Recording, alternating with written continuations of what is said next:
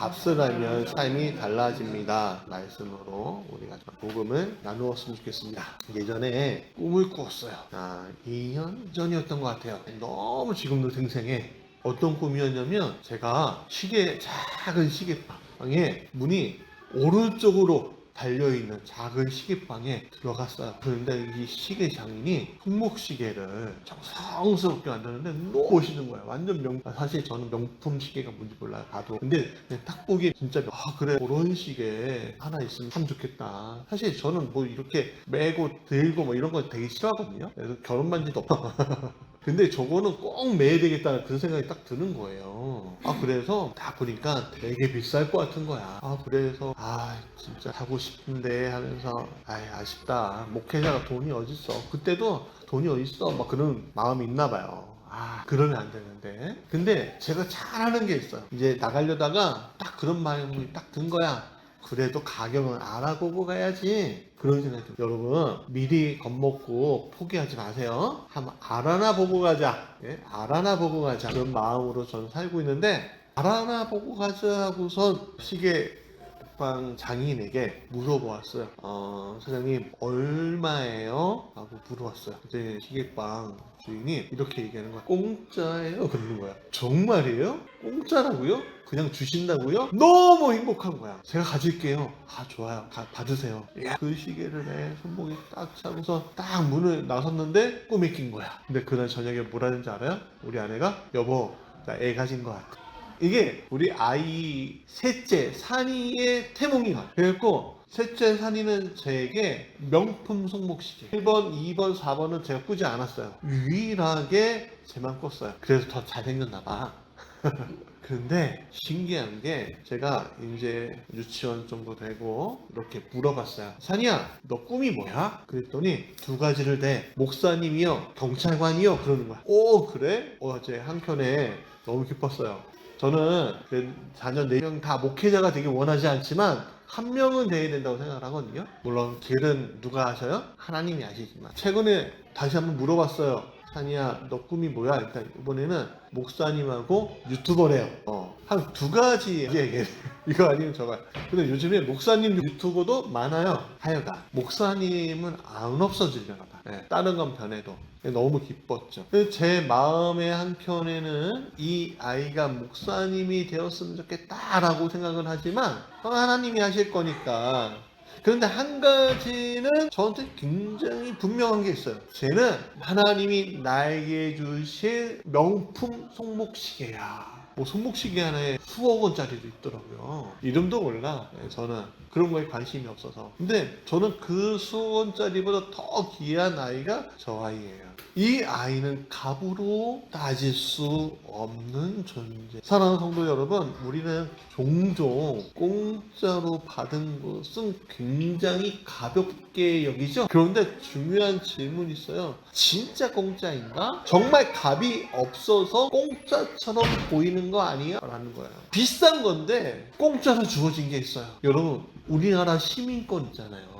제가 외국에 동남아에 선교하러 갔다 오면은 외국의 그 청년들이 소망이 하나 있어요. 뭔지 아세요? 우리나라에서 돈 버는 거. 근데 그 외국의 청년들이 우리나라 비자 받는 게 그렇게 어려워요. 우리는 우리나라에 태어났다는 것만 해도 그냥 누리고 사는 게 너무 많아요. 여러분 생각해보세요. 여러분 미국에서 살고 싶어요? 한국에서 살고 싶어요? 정말이에요? 우리 최근까지만 해도 2000년대 초반까지만 해도 미국이 더 좋다고 생각했어요. 그렇죠? 그래서 미국을 이민 가고 그랬단 말이에요. 근데 어느 순간에 미국이 빈부격차가 엄청나다는 걸 알고 수많은 사람들이 노숙으로 사는 것도 보고 이가 안 돼서 병 걸리면 파산하고 막 집에서 쫓겨나고 그런 걸 뉴스에 접하다 보니까 우리나라가 좋은 곳이었네? 그 인식이 바뀌는 걸 봐요. 그래서 미국에서 아프면 어디로 온대요? 한국으로 다시 온다는 거야.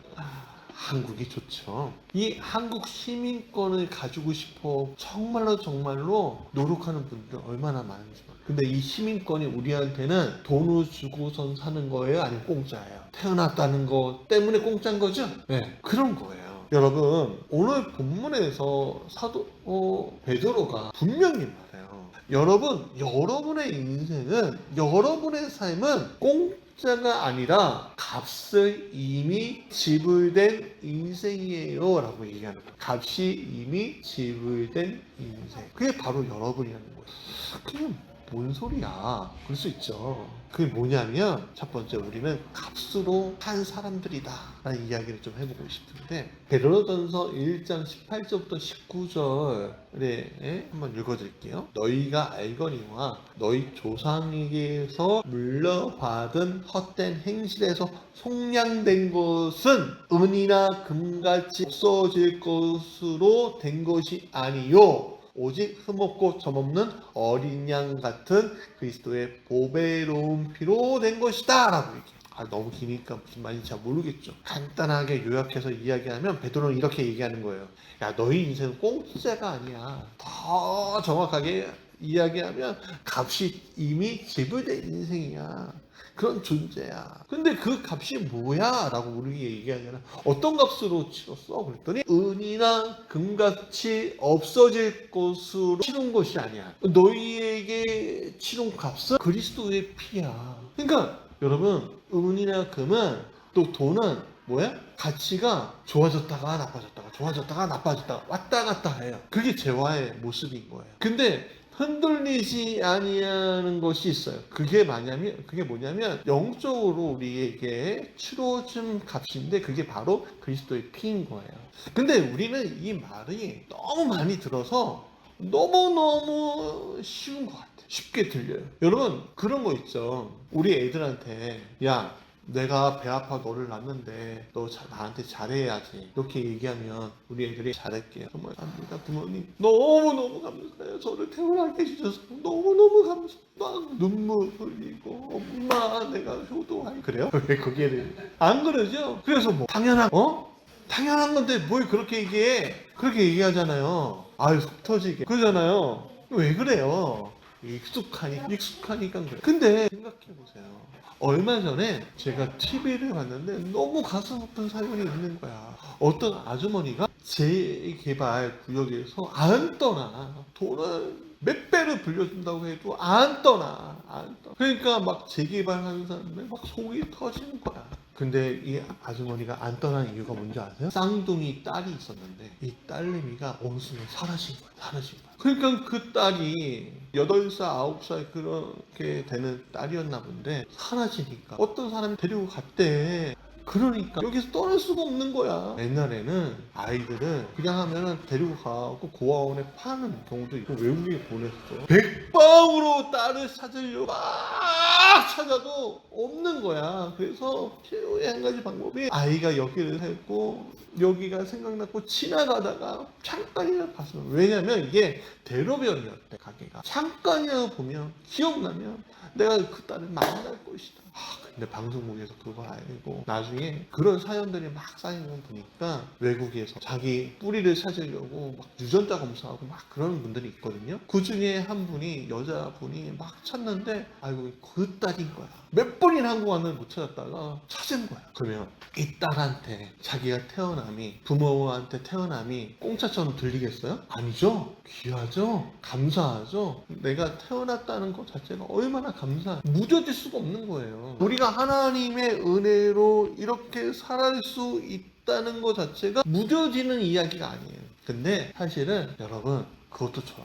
무뎌지면 더 좋아요. 왜냐하면 내 삶에 그냥 달라붙어 없고 그냥 이렇게 있으면 좋지 뭐. 그렇게 알고서 살아가면 되지. 그 존재 자체 누리면 되잖아요. 하나님께서 자기 아들의 생명을 내어주시고 우리를 하셨어요. 이거는 값으로 따질 수 있는 게 아니죠. 근데 우리는 이게 너무 쉬워서 가볍게 생각해서 이게 선물이라는 사실을 잊어버릴 때가 너무 많기도.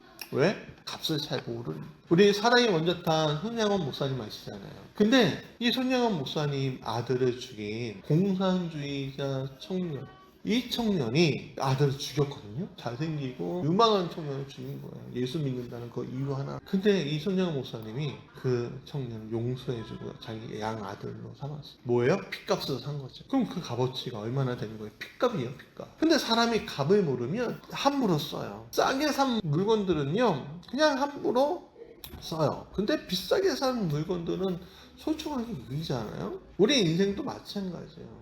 근데 우리 인생도 내가 핏값으로 샀는데 이게 너무 귀하고 아름답고 정말 이게 비교할 수 없는 핏값으로 살린 건데 이건 너무 공짜 인생처럼 우리가 사는 경우들이 있다는 거. 우리의 삶은 싸게 산 인생이 아니에요. 우리 자녀를 내가 그냥 함부로 낳은 게 아닌 것처럼 우리의 삶은 예수 그리스도 안에서 살아가는 것은 그리스도의 핏값으로 된 인생이기 때문에 그 사실을 아는 순간 우리의 삶은 달라질 수밖에 없는 거죠. 그래서 우리는 경외로 살아가는 거예요. 자, 베드로전서 1장 17절에 뭐라고 되어 있냐면 너희가 나그네로 있을 때를 두려움으로 지내라. 이게 무슨 말이냐면 두렵게 하라 그런 얘기가 아니에요. 우선 여기서 나그네는 떠돌아다니는 사람이 아니라 여행객을 얘기해요. 우리는 이 땅에 영원히 사는 존재가 아니라 잠시 머물다가 가는 인생이다. 여행처럼 왔다 가는 거예요. 스치듯 지나가는 존재예요. 여러분, 우리가 다른 나라에 여행 가면 어때요? 여행 가본 적 있으시죠? 외국에. 그러면 어때요? 그 나라 법이 어떤지, 그 문화가 어떤지 잘 몰라요. 그러면 어떻게 해요? 굉장히 조심하죠? 법에 저촉되지 않으려고 조심하고 조심해요. 말 한마디도 조심하고 조심해요. 행동 하나도 조심해요. 왜 그렇죠? 그 나라 사람이 아니기 때문에 그냥 잠시 머물다가 다시 돌아갈 사람이기 때문에 그래요. 사랑하는 성도 여러분, 성경은 말이에요. 너희의 인생도 바로 그래. 잠시 여기 머물다가 가는 인생이야. 너희 인생이 길어야 120년인데 그 120년 동안 잠시 머물다가 가는 인생이지. 너희의 본래 속한 것은 이 땅이 아니라 하늘이야. 너희들은 하늘의 시민권을 가진 사람이야. 천국이 너희의 본향이야 라고 이야기하는 거예요. 그렇다면 우리는 어떻게 그곳에 속하게 되었느냐? 우리가 값을 내서 티켓을 내서 들어갔느냐? 아니죠. 그리스도께서 값을 치러주셨죠. 여러분, 제가 우리 아내하고 몇 년 후에 꼭 소망하는 일이 여행하는 건데 뭔지 아세요? 크루즈 여행을 해보고 싶어요. 여러분들 유튜브 보니까 크루즈 여행하는데 길지 않아도 돼요. 7박 8박이 아니라 한 2박 3일 이 정도 해고 여기 상하이나 대만, 일본 이 정도만 가도 돼. 그 왜? 크루즈 가면 거기가 다 호텔이. 근데 그러면은 호텔이면 다 비싼 거 아니야? 그렇게 우리가 생각할 수 있잖아요. 아니래. 티켓 값이 다 포함되어 있어. 최고급 음식들이 그냥 내 앞에 다 나오는데 그냥 누리면 된대. 그래? 누리는 게 뭐야? 경험하고 싶어. 티켓값만 내면 누려지는 거야. 당연한 거야. 돈을 안 내도 돼. 여러분, 오늘 내가 크루즈 타는 것을 돈을 주고 사는 것처럼 우리가 천국에 가려면 무엇인가 지불된 상태에서 가는 건데 그게 지불된 값이 바로 그리스도의 피다 라고 얘기해요. 성경은 천국을 사셨다라고 얘기하지 않아요. 근데 오해하지 말아야 돼요. 우리가 천국을 사는 게 아니에요. 성경은 말해요. 너희를 사셨다라고 해요. 너희를 사셨다. 이게 무슨 말이냐? 여러분, 티켓을 사갖고 크루즈 여행을 한다고 했잖아요. 근데 하나님은요, 성경은 이렇게 했고 천국을 갖는 게 아니야. 그게 아니라 천국이 뭐예요? 하나님이 계시고 하나님 나라잖아요. 하나님 나라가 너희를 오히려 산 거야. 너희를 속하게 만든 거야. 들어갈 수 없는 존재가 들어가게 된 거야. 천국에 들어갈 우리 자신은 빚값으로 오히려 대신 내주셨다. 그래서 우리는 천국을 얻을 사람이 아니라 이미 천국에 속한 사람이 되었다가 오늘 본문의 이야기. 그래서 그 사실을 아는 사람들은 내가 나그네처럼 살아간다는 사실을 알아요. 그렇지만 나그네처럼 살아가도 아무렇게나 살아가는 것이 아니에요. 왜? 내가 속한 곳이 있잖아요. 여기는 잠시 머물 뿐이에요. 내가 속한 곳이 더 편해요. 우리 여행 갔다가 오면 뭐라고 해요? 집이 더 편한데 괜히 고생했어. 그러면 또 다음번에 여행 가잖아요. 네? 그렇지 않아요? 그거예요. 그게 본향이에요. 그게 고향이에요. 오늘은 KT 교통이 잘 되고 좋지만 우리 80년대 90년대 생각해보세요. 예전에 저희 어머니하고 아버지하고 저희 형제가 서산에 갔었거든요. 버스 타고 갔다가 올라오는데 무궁화호 열차를 근데 명절인 거야. 사람이 가득한 거야. 진짜 올라오는데 너무너무 힘들게 올라와. 근데 굳이 또 가. 다음번에. 왜 그래요? 본향이니까. 그게 본향에 사는 사람들의 모습이에요. 자신이 어디에 속해 있는지 알고 누구 앞에 서 있는지 알기 때문에 사람은요, 그것을 가지고 우선 경외함으로 살아가는 거예요. 그래서 경외는 무서워 떠는 것이 아니라 하나님 앞에서 사는 사람의 태도를 이야기하고 있는 거예요. 그리고 그 경외는 거기서 끝나는 게 아니에요. 사랑으로 확장돼요. 베드로전서 1장 너희가 진리를 순종함으로 영혼을 깨끗하게 하여 거짓이 없는 형제 사랑에 이르렀으니 마음으로 뜨겁게 서로 사랑하라 라고 했죠. 여러분 이 형제 사랑이란 말이 헬라어로 뭔지 아세요? 되게 쉬워요. 필라델피아. 저기 미국의 도시 이름이죠? 필라델피아. 그게 형제 사랑, 공동체적 사랑을 얘기해요. 핏줄로 맺어진 형제 사랑이 아니에요. 공동체, 영적으로 맺어진 공동체적 사랑을 형제처럼 사랑하는 거, 가족처럼 사랑하는 거. 성경은 여기서 멈추지 않아요. 핏줄을 사랑하는 거에서 멈추지 말고 더 뜨겁게 사랑하라 그래요. 그러니까 이 사랑은 감정이 아니라 지고 선택이고 지속이야 라고 얘기하는 거예요. 여러분 뜨겁게 사랑하려면요 감정적으로 뜨거워질 수 있죠.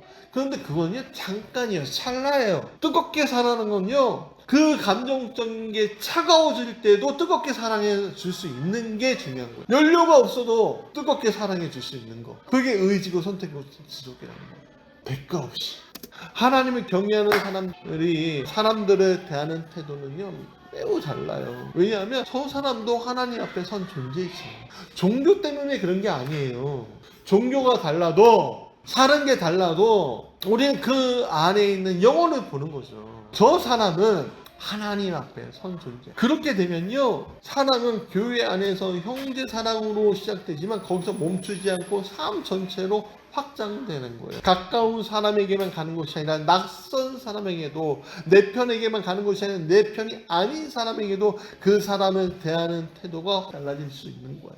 왜냐하면 나는 이미 천국에 속한 사람이니까. 그래서 경외는 사랑으로 드러나게 되는 거예요. 하나님을 경외하는 사람은 사람들을 함부로 대할 수 없어요. 자기 목적으로 대하는 게 아니라 하나님이 주신 목적으로 대하는 거니까. 그래서 우리는 그 경외를 가지고 사랑으로 살아가는 건데 그 사람을 우리는 거듭난 사람이라고 얘기하는 거예요. 그래서 베드로전서 1장 23절에 야 너희가 거듭난 것은 썩어질 씨로 된 게 아니야. 썩지 아니할 씨로 된 것인데 살아있고 항상 있는 하나님의 말씀으로 된 거야 라고 얘기하는 거야. 우리가 그렇게 살겠다 결심하는 것이 아니에요.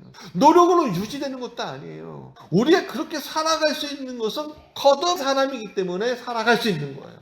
우리 고민하죠. 그래서 거듭나지 않았나? 우리 아직도 욕심이 드글거리고 사랑하는데 너무 편견이 심하고 헌신하는 데는 너무 짓거리처럼 그런가 보다. 우리 안에서 갈등과 고민이 있잖아요. 여러분 선택을 거기에 안 하면 돼요. 왜냐하면 여러분은 조금 나아지고 조금 더 나아지고 조금 더 나아진 사람이 아니라 이미 완전히 다른 생명을 가진 사람이기 때문에 그냥 선택만 하면 돼요. 부정적인 거를 긍정적으로 선택하겠다고 생각하면 되고요. 협소한 것을 더 큰 걸로 사랑하겠다고 생각하면 되고요.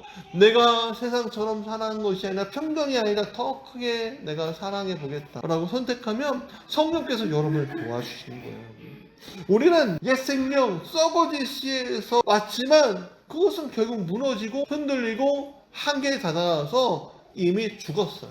썩지 아니할 시 하나님의 말씀으로 온 생명으로 우리는 된 거예요. 그래서 우리의 삶은 억지로 끌려가는 삶이 아니라 생명에서부터 흘러나오는 삶인 거예요. 우리가 하나님을 경외한다는 것은 내가 억지로 참고 인내하면서 살아가는 것이 아니에요. 우리가 사랑으로 살 수 있는 것은 억지로 애쓰고 있기 때문이 아니에요. 이미 그 생명을 받았기 때문이라 이거예요. 받은 사람만 알 수 있는 거예요.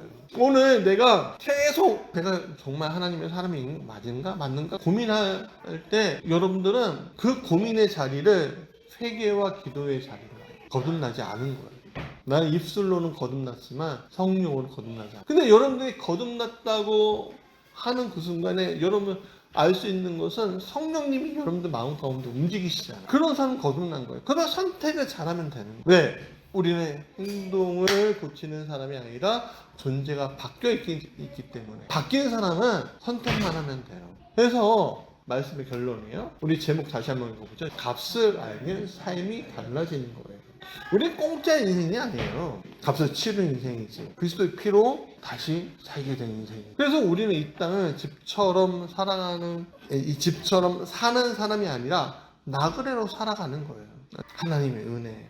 여러분, 우리는요, 경외함으로 살아간다는 것은 나그네처럼 하는 것이 아니라 이미 주어진 것에 감사하며 하나님께서 인도하신 게 뭐지 하고 기대하면서 살아가는 거예요. 그러면 삶으로 드러나요. 썩어질 것에 기대하지 않아요.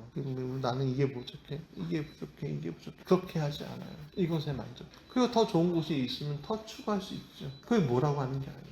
그렇지만 현재 주어진 것에 감사할 줄 안다는 거예요. 그리고 더 큰 것을 내어줄 수 있는 거예요. 왜? 우리는 생명을 받은 새로운 존재이기 때문에. 값을 모르면 인생은 가볍게 살아요. 그럼 값을 알면 인생을 함부로 살 수 없죠. 오늘 우리가 다시 기억하게 될 게 있어요. 나는 정말 어떤 존재지? 우리는 어떤 존재일까요? 그냥 인생 태어난 존재일까요? 아니에요. 하나님이 이미 값을 치른 존재예요. 그의 아들 예수 그리스도로 말미암아. 이 사실을 아는 순간 우리의 선택이 달라질 수 있어요. 말이 달라질 수 있고 삶이 달라질 거예요. 그걸 우리는 거듭남이라고 얘기하는 거예요. 거듭난 사람의 삶은 경외하는 삶이에요. 사람들을 귀하게 뜨겁게 사랑하는